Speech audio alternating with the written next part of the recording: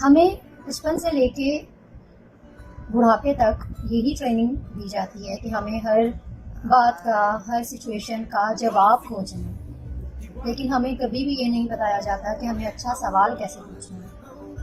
तो जो क्वेश्चंस की वीडियोस अपलोड हो रही हैं, जो एफर्मेशन अपलोड की जा रही हैं, उसके दो पर्पज़ हैं कि you have to do this first thing in the morning, कि आपने सुबह जागने पे सबसे पहले यूनिवर्स से क्वेश्चन करना है। बेसिकली क्वेश्चन इसलिए करना है कि अवेयरनेस आए, और जब अवेयरनेस आती है तो सोल्यूशन खुद ब खुद मिल जाता है।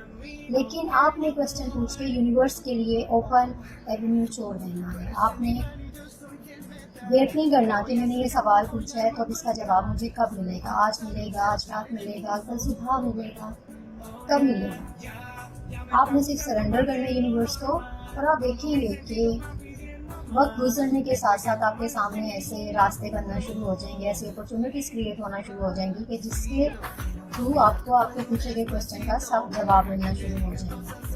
तो अपनी ये हैबिट डेवलप करें। आप चाहें तो एक ही क्वेश्चन 30 डेज तक भी पूछ सकते हैं, और आप चाहें तो हर रोज़ हर दिन एक नए क्वेश्चन के साथ भी दिन का आगाज़ कर सकते हैं।